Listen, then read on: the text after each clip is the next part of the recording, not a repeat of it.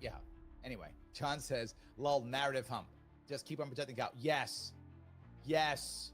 That's all he's doing. Yes, absolutely.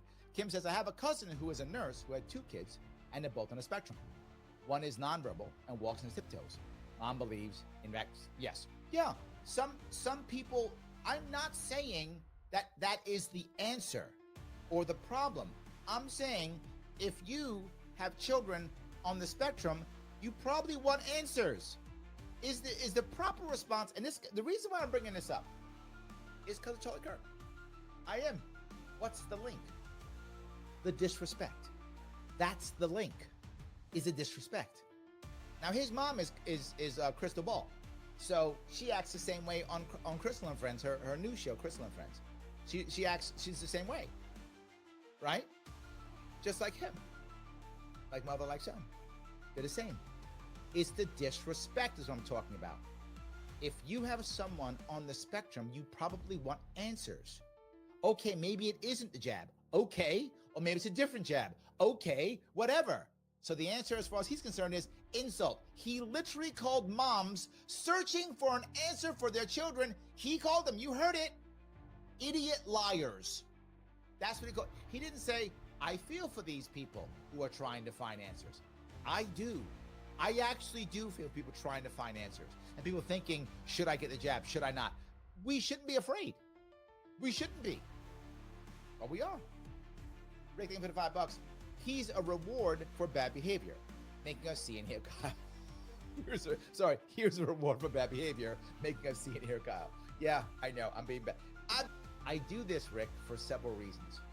One, I want people who wouldn't watch something like this to understand where this stuff comes from. The blatant, I always tell you, the left dismisses. You see how he dismisses. He just dismisses. Dismiss, dismiss, dismiss. He's the king of that. So, yes.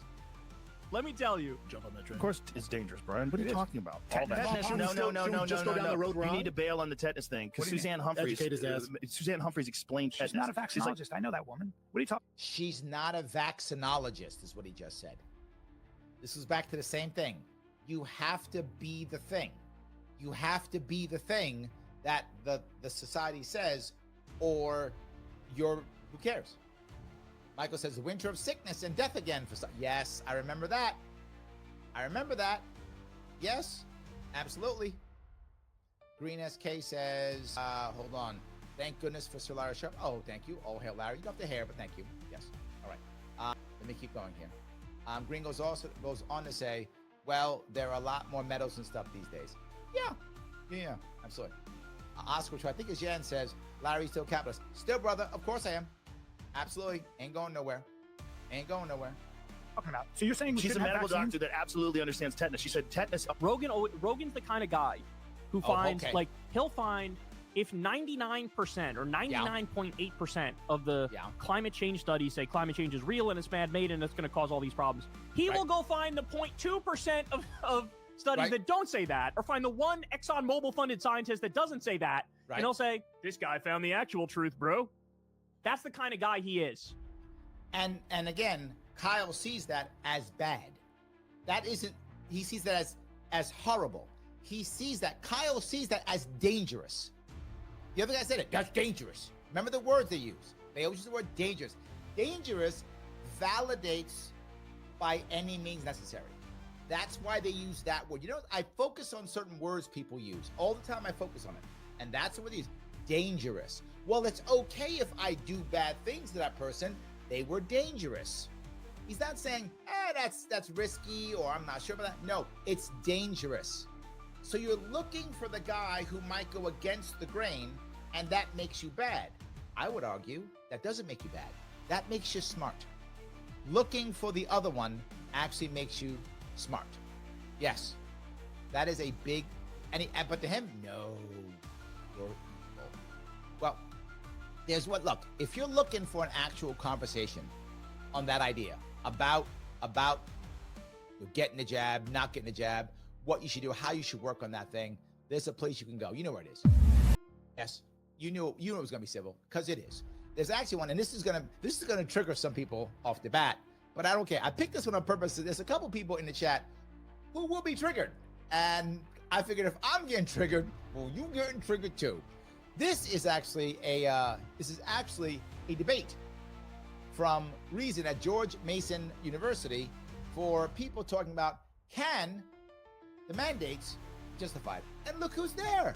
Oh, look who's there. Yeah.